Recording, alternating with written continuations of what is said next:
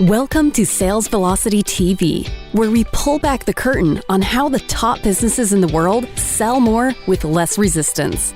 Bringing over 50 plus years of combined sales experience and over 100 million in revenue generated, please welcome the hosts of Sales Velocity TV and two incredibly entertaining gentlemen, Andrew Cass and Aaron Parkinson.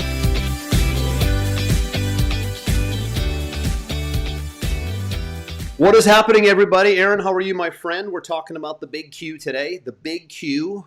The big Q is the big Q. The big Q is it sales? Is it marketing? Is it marketing? Is it sales? Which one's more important? We're going to put it under the gun and under the microscope today and dissect it because it's, I think people grapple with this a little bit. What do you think? I think it's because they don't actually understand the difference between the two. Sales and marketing are almost like brothers. Batman and Robin? They're like Batman and Robin, or like brothers that fight on the back lawn on a regular basis, trying to decide who's tougher. Yeah. Right. Yeah. And I think that's a good one. That's the challenge that most people have, is they don't realize that technically sales falls under marketing in most businesses. So marketing is the umbrella and sales falls underneath it. Yeah. And then I think what most people think is that sales is maybe a sales team or a sales process, and marketing is just how you get people there, but they actually have a blend in the middle together. And the definition really is, sales and marketing are crucial pillars of every business. They're closely linked and they act as a catalyst for generating revenue, profit. Yep. And marketing is about building awareness that a brand and organization exists, and sales turn that viewership into profits by converting the potential customer into actual customers. That's the actual definition to sales and marketing. Now, I'm a little bit biased because I've spent my whole life in the marketing world. So as far as I'm concerned, and this is the brother on the lawn saying I'm tougher, right? If you don't have anybody to talk to, you got nobody to sell, right? So I'm always leaning into the marketing side. And then the sales guys go, well, yeah, but if nobody actually has a way to close the deal, what does it matter how many people are interested in the product? It's a tug of war. It's a tug of war. And in my book, Sales Velocity, the statement I made is a great sales process is always preceded by a great marketing process. Mm-hmm. Very rarely will you see this amazing sales team with just disastrous marketing happening or sporadically happening. Because then what happens is, like you said a second ago, your sales team is kind of on, off because they don't have deal flow, lead flow. So marketing creates deal flow. So my opinion would be the marketing is the most important, because I can always create sales processes. I can always replace people with better people. But if the lead flow and the deal flow doesn't come in, guess what? The greatest salesperson in the world doesn't get to sell anything. I often say also that you could have a cure for cancer, but if nobody knows about it, nobody's getting cured. So I could have, what's the movie, the big sales movies? What's the Glengarry Glen Ross? Remember that one? This is, for some of you newer dogs in sales, and me and Aaron go back, God, collectively probably 50 plus years. But if you go back and watch all the old sales movies like Glengarry Glen Ross, which was with Alec Baldwin, it was like real estate selling, cold calling by phone.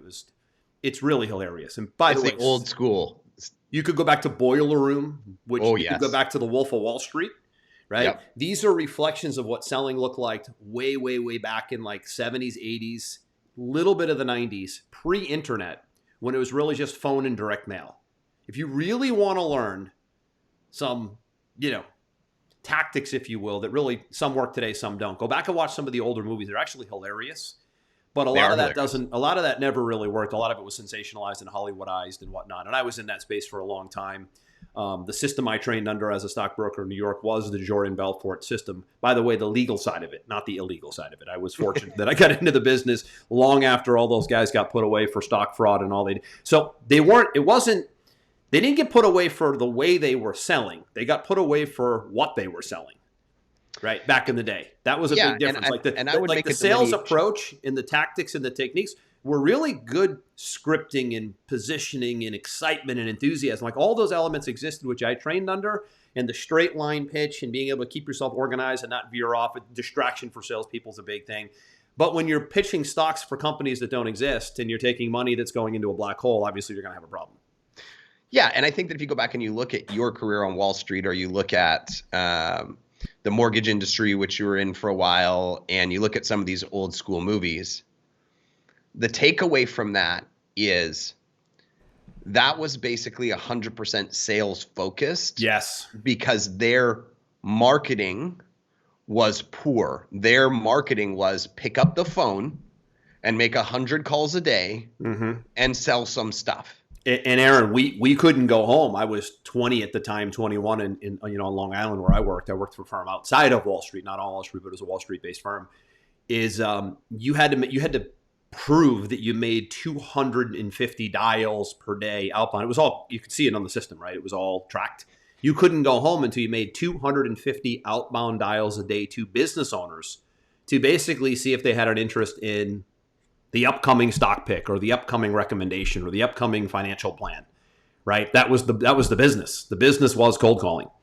Right. And the marketing strategy was cold calling. That was it. That was the marketing. And if you were lucky, Aaron, the company might have sent out like a direct mail brochure ahead of time, which was like, maybe. This was like seeing fire. We were like, you mean you're going to send a brochure in the mail about the firm so that when I call them next week, I can actually reference, did you get my brochure in the mail? That actually helped things quite a bit. Of course it did. I love direct mail preceding a phone call, or even today, email preceding a phone call. By the way, big lesson here.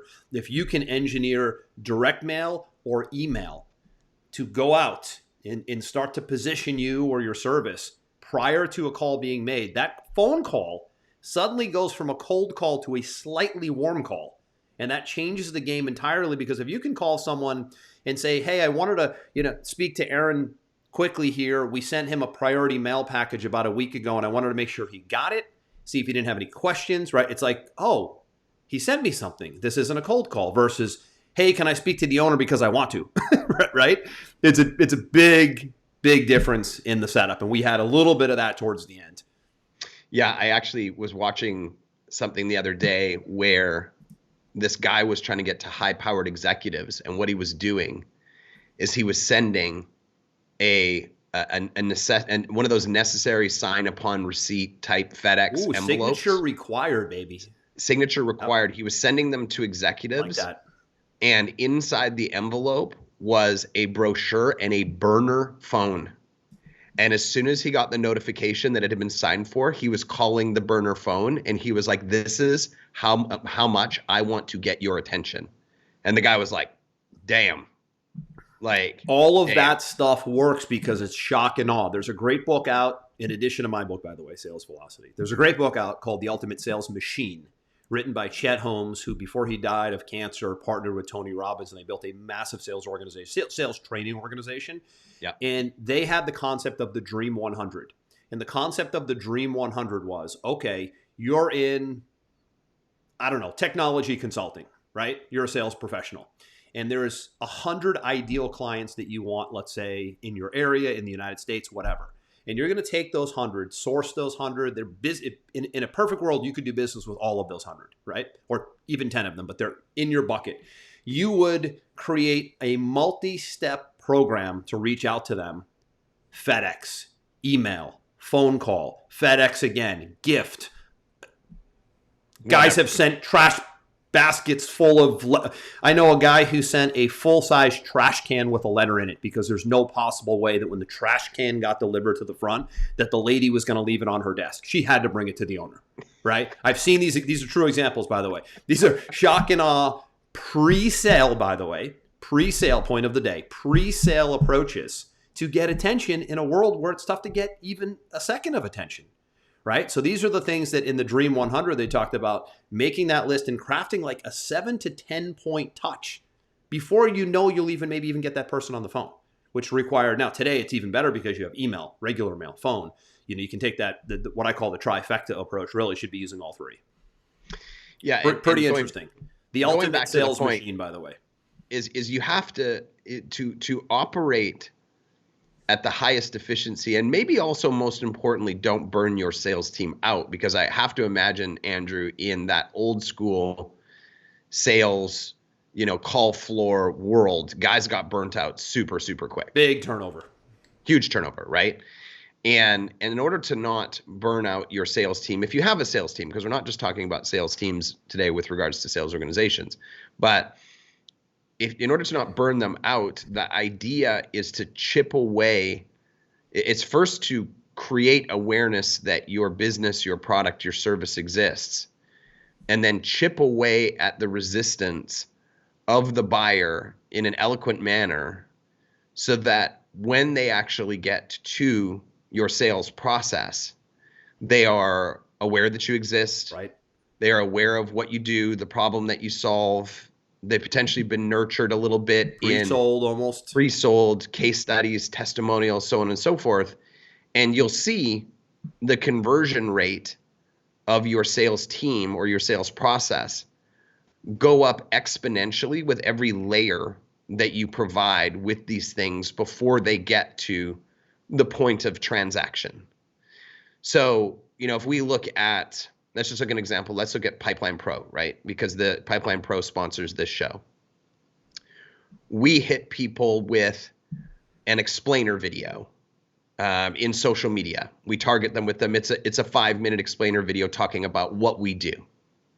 I actually reviewed this morning, so it's kind of funny timing. I was reviewing it with the marketing team. Give me the stats, man. Yeah, so we get people to watch this 5-minute video for about 10 cents each. So people watch a video, they go, okay, this is what this company does. I'm aware, I exist. We then take all of those video viewers and we retarget them into what we call a warm bucket. And the warm bucket is, now we want them to get to know us better, our system better, our process better. So we show them things like these podcast clips. We show them case studies and video testimonials from our clients. We show them demos of how the software works. So first off, they didn't know we exist. Now they know we exist. Then they know a little bit more about you, me, the software, people who've used it, so on and so forth. That costs us about another 20 cents to get them to watch that video. Sales start to happen in that bucket, but they're not cheap sales, because there's still, awareness and friction that has to be overcome. And then we retarget all those people again, and we hit them with the direct response ads, feature, benefit, problem, solution, so on and so forth. And then if they go to the site and they don't buy, we hit them again with retargeting, and we overcome their big objections and we highlight the big benefits. And as a whole, and I was actually talking to the campaign manager about this morning, he said, I really think we should think about killing this warm bucket section, because we're paying, roughly 4 times more what you want for a cost per acquisition from this warm bucket. And I said, oh, no. You don't understand. The whole thing working together, awareness, engagement, education, reducing friction, is what allows the cost per acquisition to stay so low. Because if you just focus on pain, solution, outcome, you're only going to sell maybe 5% of your total buyers that would ever buy. Because those are the people who just get what you're saying today. They just get it when they see it. But the other 95% of your buyers, they need to be educated. They need to be nurtured. They need to be shown things. They need to be hit maybe 5 times in one bucket, in one group of people, 10 times in another group of people, 25 times in another group of people. So if you just zone in on that one bucket, that's the equivalent in my mind of just cold calling somebody and saying, hey, do you want to buy this stock? Yeah, it's a good point. It's synergistically everything together. It's everything together. So I understood the logic, because he's looking at the math saying, well, we're spending more here. And I said, no. Yes, we're spending more here, but those people are flowing through the education process. So then when they get down here, the cost per acquisition stays low where we want it to be. And then when he got that, he was like, got it. That makes sense, right? It's about building that marketing strategy that educates, that bonds, that overcomes objections, all of these things. So when they finally get to the hardcore message of, hey, you should buy this, this is what it's going to do for you. Yep. They're like, oh, I know this company. I know what they do. I've seen people using it and it works. I've done that. I mean, we just did a whole bunch of UGC content, Andrew, which we're about to roll out next week. User generated content videos, by the way, people using the software in action type videos where it's not me or someone else. It's an actor and somebody who's used the video, used the service, by the way. Exactly. And we put this in our retargeting and in our warm bucket advertising, because it's one thing for you to say, hey, my product's awesome. Here's how it works. It's a completely other different thing showing somebody else who's actually a customer using your product, showing how it works. We are wired to believe somebody else, third party saying great things about our stuff, having way more credit than us saying anything about our product ourselves. Right. Which is why you have this as part of your marketing strategy to bring people closer to the sale. And in our particular case, the first sale that happens was when somebody comes, a customer of Pipeline. There's no sales team there, right? There's problem, solution, offer. They buy online. But then that sales process now kicks into gear at different levels. They get offered upsells. They get offered downsells. They get put into a nurture series. They get put on a fast start session with one of our advisors. The advisors reviews their business to see where there may be holes where we could offer suggestions or services to improve it. That sales process is not one thing. It's very long and very robust to make sure that we're serving the clients at the highest level. It's funny, as you were saying that last part, I received yesterday in the mail my T-shirt from Russell Brunson and Dan Kennedy, by the way. Ah, very nice. Yeah, so their newest venture, you know that Russell Brunson bought Dan Kennedy's company. So ClickFunnels bought Magnetic Marketing. This was, really one of the biggest acquisitions in direct response marketing, I think maybe ever, right? So they have a great newsletter program, one newsletter a month from Russell, one newsletter a month from Dan. Dan on big picture strategy, Russell more on like funnels and the tactics of online marketing, like what we're talking about here today. So it's really an awesome 1-2 punch. But when I joined their higher level Diamond membership, and I'll put the link for information, everybody, in the show notes below, we got a T-shirt that said Magnetic Marketing on it. And on the back it said, in quotes, "He who can spend the most to acquire a customer wins." Correct. And that's a famous Dan Kennedy quote, right? He's always like, don't think about spending the least. You think about spending the most, because then nobody else can, and you basically get all the customers. Right. So, but the point is, you might be thinking like, well, how does that make sense? Well, it makes sense because if you can afford to spend more on a customer, then you obviously know how to make more on the customer, because you're willing to spend, I don't know, let's call it $100 for a customer when your competitors are like freaking out about $20 acquisition. But maybe you have a customer value of $3,000 and you're easily able to spend, heck, you could spend $500 on a customer if you have a $3,000 customer value. But most people don't think that far ahead into the sales process or into the customer value, which we've done full episodes on. So they're only stuck on like what your campaign manager was, or our campaign manager. He was stuck on front end price, not back end profit. Yeah, and he was looking at one element of the campaign on its own versus looking at how the whole thing works together synergistically. Yeah. And I think that you made a really good point there, because a lot of people think that the marketing stops once the first sale is made. Oh, God, no. The marketing continues to the customer, but in order for the marketing to continue to the customer, you have to have taken the time to step back and say, okay, when the customer buys this from me, what is the outcome that that's going to give them? Where is that now going to put them in their business? And now what are they going to be looking to accomplish now that they've solved the initial problem? And how can I serve them at the highest level for the next step in their journey? And I always consult my clients on what's next. And it really irritates them. They say, we always say, what's next? What's next? We just did we just put this new thing in it. Great. What's next? Because there's a journey that all customers go on, regardless of what industry they're in.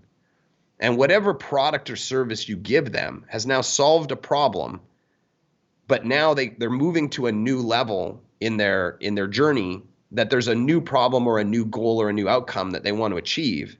And you can either be the business that eloquently presents that to them through internal marketing and internal sales, or they will leave your ecosystem and they will go find somebody else who can now solve this problem for them because you're not making it available. And if you actually step back and ask yourself, what's next in this customer's journey, you can create this value ladder, is the term you like to use, Andrew, where it's really a never-ending marketing and sales process internally. And what that allows you to do is dramatically increase the lifetime value of your customer. Oh, and by the way, the trust with your customer, because the customer says, man, this business really knows me. They know what's next for me, what my problem is, what I need for a solution. They've always got the answer, and they're going to come back to you time and time again because you're always showing them that you're thinking about their journey by presenting these things.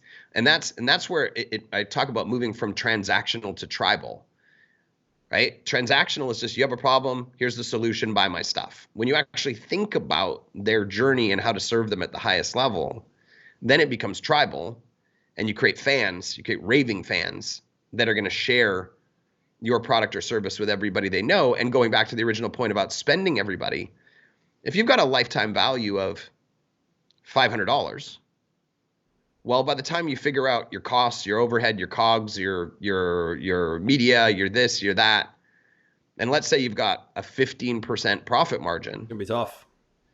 It's going to be thin because you have the potential to run through the audience that's willing to buy your product or service. Now, all of a sudden, if you create a value ladder and you think about what's next in the client's journey, and maybe the next product you offer them is another $500 product, or $1,000 or a $5,000 product. And then at the end of that journey, you think about what's next for them and you offer them another $1,000 or another $5,000 or $25,000 or $100,000 product, right? You can end up having a lifetime value now of $3,000, $5,000. Which loops back to, guess what? Now I can spend way more to acquire the customer. Exactly. Because I've engineered a back end that's not a $500 value, but maybe it's a $5,000 value. Heck, Right. I've seen businesses, Aaron, go out and be perfectly fine spending $1,000 to acquire a customer because they know statistically that their average customer value in some cases is 6 figures or close to it, or deep 5 figures. Absolutely. And they have no problem running a whole bunch of Facebook and Instagram and YouTube and TikTok and Google ads and whatever else you want, direct mail, TV. They do it all, right? And they're in certain medias, it's super expensive, and other medias, maybe they found a way to do it cheap.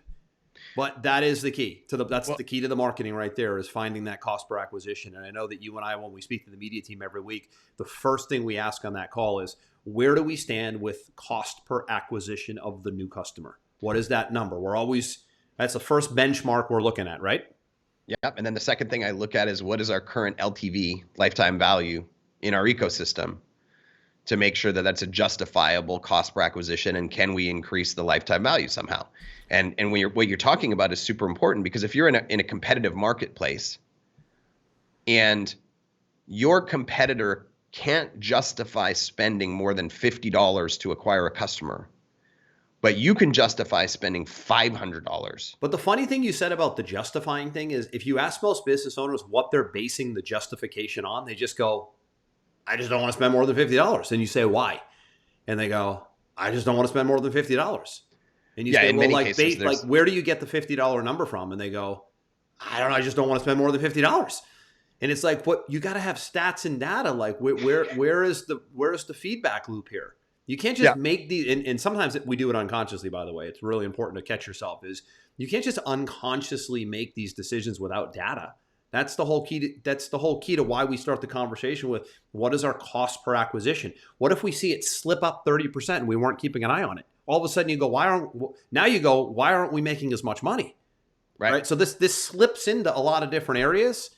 So the front end cost per acquisition, which is the marketing, is everything, because if you can throttle that and play with that and test it in different medias, you are winning the game. I mean, I always think it's funny. Like, you just made a point there where I'll talk to a lot of my clients, and I'll say, what is your current cost per acquisition? Most of them know what that is. That's a big relief. Most of them know. And then I'll ask them, what's your lifetime value? And I don't know. That's a tougher number to figure out. I get that one isn't known as much, but it needs to be known. It's not tough to figure out. You just look at the amount of customers that you've brought in. You look at the total amount of gross revenue that they've spent, and you divide the gross revenue by the amount of the customers. Yeah, tougher, and then tough. It's not tough. It's easy. Yeah. It's just that people don't do it. Right. And so then you look at their cost per acquisition goals, and you say, why did you choose this goal then? In some cases, their lifetime value is so bad. I'm going, why would you think it's okay to make this cost per acquisition your goal? Listen, a lot of times you as a business owner listening, entrepreneur, sales professional, not as much because you're probably working for someone else, but sometimes you got to recognize that you're in a business that has very bad economics. Very. You don't have to stay in the business because you like it. This is always like the restaurant example I get. And I made this mistake, so I can talk to it. I owned a restaurant in New York City with two partners back in, I don't even remember the year. I think it was pre-2000-ish, right? We had a really cool little restaurant in Union Square in New York City, and it was like a cool factor. It was like we all invested money. We had it. We got to go, bring family, friends, hang out. If we were in New York City late at night and it was midnight and we were done with where we were at, we could go hang out at the restaurant. Sounds and eat our amazing. Own food. It's all like the cool factor. But like, that's not the reason to own a business, is because it's cool and fun. That's why restaurants fail so much, is because it's like the coolest business to own. But in a lot of cases, it is the profit margins are so tight that if you're not like stealth with that business model, you're pretty much done. I would say that business model may have the highest turnover of any. I mean, we all lost six figures fast. Put it that way. I think that the average restaurant only has a profit margin of somewhere between 5 to 7%. But not only that, it's the life cycle, right? I mean, it's like restaurant. I jokingly say restaurants have like the life cycle of NFL players, like 2-3 years, and they're done if they don't have razor sharp numbers and they don't have the knowledge that we're talking about. So it can chew you up and spit you out fast. Restaurants, one example, but you sometimes need to realize that either the economics stink right now, and I need to change that by having a better back end and more, like you said, more products and services where I can make this thing more valuable, or you better get the hell out, because there's something to be said for cutting your losses too. And very few cut losses today because they're so emotionally attached. Absolutely. You have to look at the economic. First off, you have to know your numbers. Secondly, you have to understand the economics of your business model. What does it cost to acquire a customer? What are my conversion rates going to be? What are my upsells? What are my repeat buyers? What are all these things? What is the industry average? So even if it's new, what are the averages that I should shoot for? At least to give yourself a benchmark to begin, and then say, am I reaching these things? If not, I need to focus in on reaching these because it's a necessity in this marketplace. And I have a lot of newbies, which we don't work with a lot of newbies anymore, but they'll come to me and they'll say, this is my business model, this is my product, this is what I want to charge, and I'd like to go do marketing on XYZ channel, YouTube, or this or that. And I'll tell them straight up, your business doesn't work. It happens a lot. I mean, we see it all the time. It happens a lot, and it's like shell-shocking news for many. It really is. Yeah, they go, well, I want to sell this product. It's the greatest product in the world. It's going to help all these people. It's going to solve all these problems. I'm so passionate about it. And I'll say, well, what's the cost of the product? What does it cost to manufacture, or what does it cost to, fulfill, or, and what's the overhead of the business? And what do we think the cost per acquisition is going to be on this channel? And then I'll show them the math and I'll say, it's not going to work. So you got two choices: scrap the idea, or change the business model to make the math work. Yep. Before you go sink, like you did, $100,000 into something that you think is a great idea, but it's not a great idea. The math says it's a terrible idea. In my defense, I was like 24. Of course. And at that age, with the amount of money you had, I would have done exactly the same thing. And I would have sat in there with all my buddies and drank wine and we had money to lose back then. We were very successful.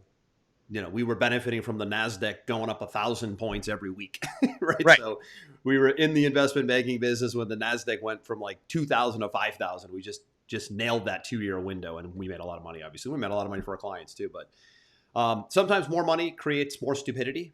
We know this, right? I still to this day have to catch myself at 49 that when I have excess money sitting around, I am like itching to go buy something or do something cool. And back for me, like, how you have your vices growing up? Did you have like something like that when you were making a lot of money?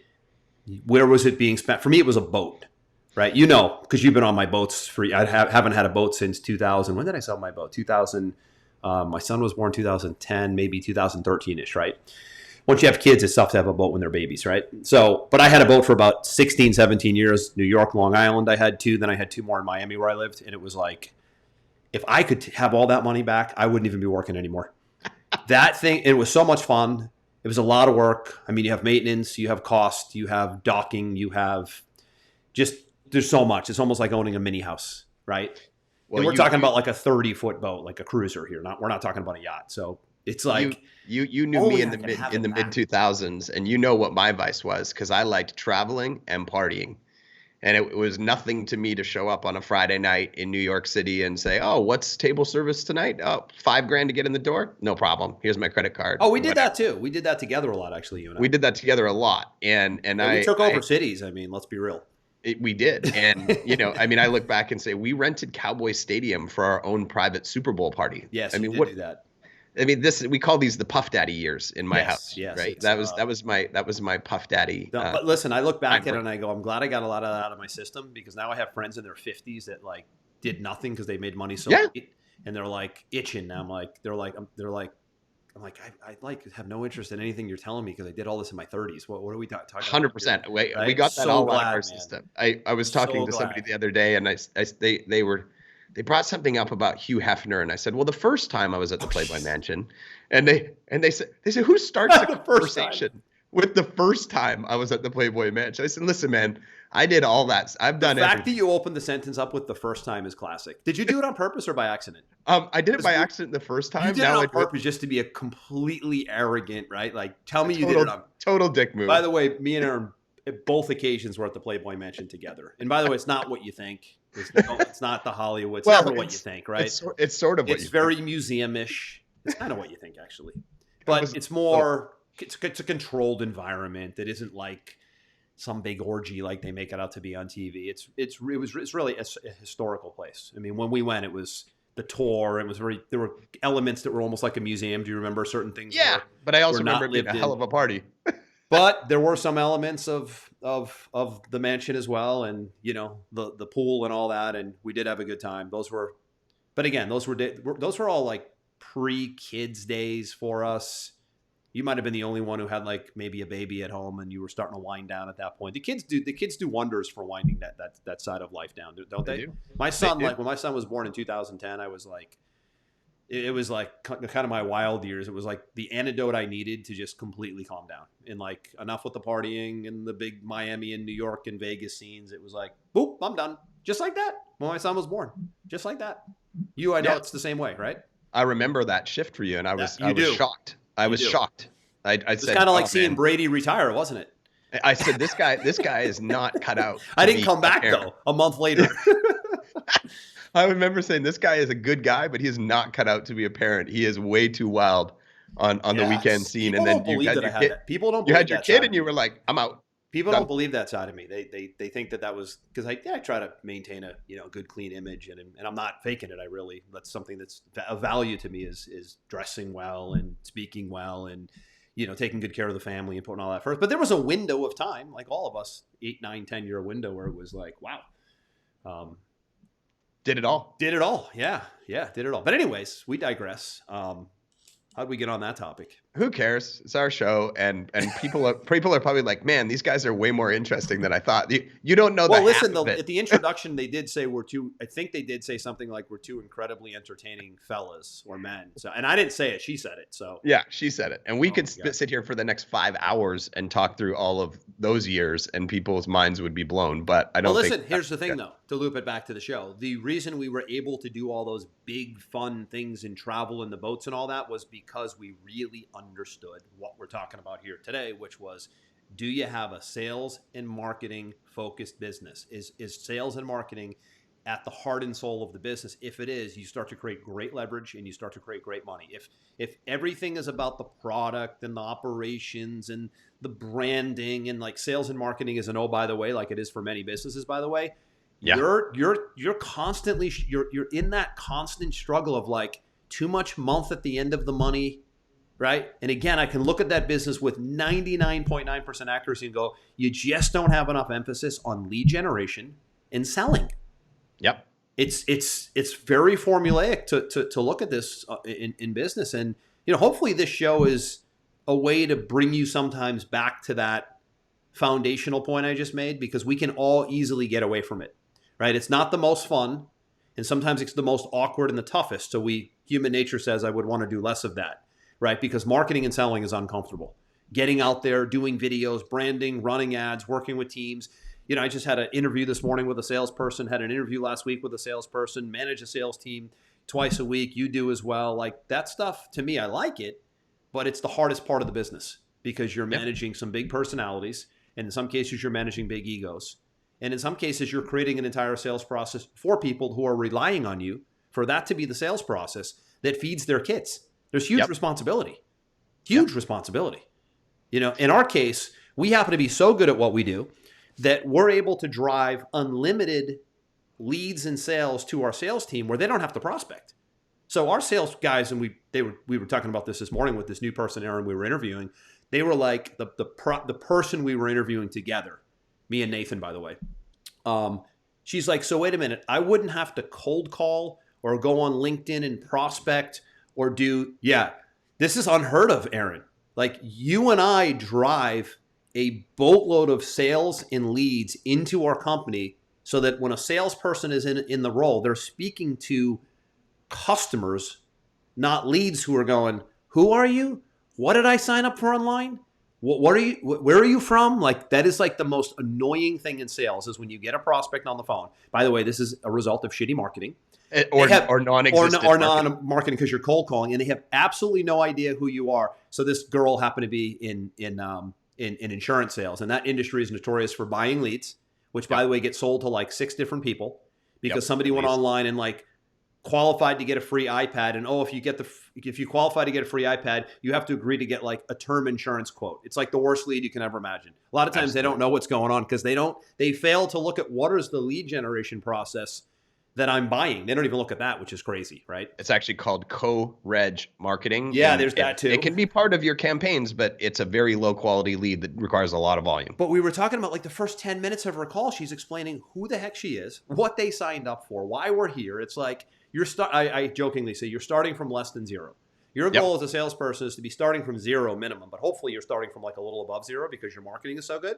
But if it's really bad, you're at less than zero because you're going into a call a complete stranger, an annoying pest, an unwelcome guest, whatever you want to call it, and it just makes selling so annoying. It's really why a lot of people get turned off to selling. Really important takeaway here, and I wrote about this in my book, is when you engineer good marketing, selling actually becomes a lot more fun. You're actually having quality conversations. You're not pitching people on who the heck you are and why you're here and what this is about and is this a good time and It's just constant friction, and it's all a result of not having good marketing to precede you. True. All right, let's wrap it up. We're 5 after the top of the hour. What makes you think we're on a timeline? I got another hour of content here. Well, let it rip. Buddy. I'm kidding. We'll keep it kind of short today. We just wanted to talk big picture philosophy on the big Q, which is sales and marketing. If you were expecting an answer on the show today, either or, both. There isn't one. It's actually both. And in a lot of cases in life, it's both. It's both. Either or can sometimes be dangerous. Both is a balanced approach, right? Both is a portfolio approach. And again, great marketing precedes your sales process, right? A sales process without great marketing to precede it will always meet what we talk about on the show, the theme, resistance, friction. And hopefully we can help you avoid that as much as we can each and every week. All past episodes are at salesvelocitytv.com. I'm Andrew, that's Aaron, and we will see you on the next episode of Sales Velocity TV and Radio. This one's a wrap. We hope you enjoyed this episode. Sales Velocity TV is powered by Pipeline Pro, the ultimate all-in-one sales pipeline management and marketing automation platform that makes all others obsolete. And we can prove it. Take a tour at gopipelinepro.com. See you on the next episode.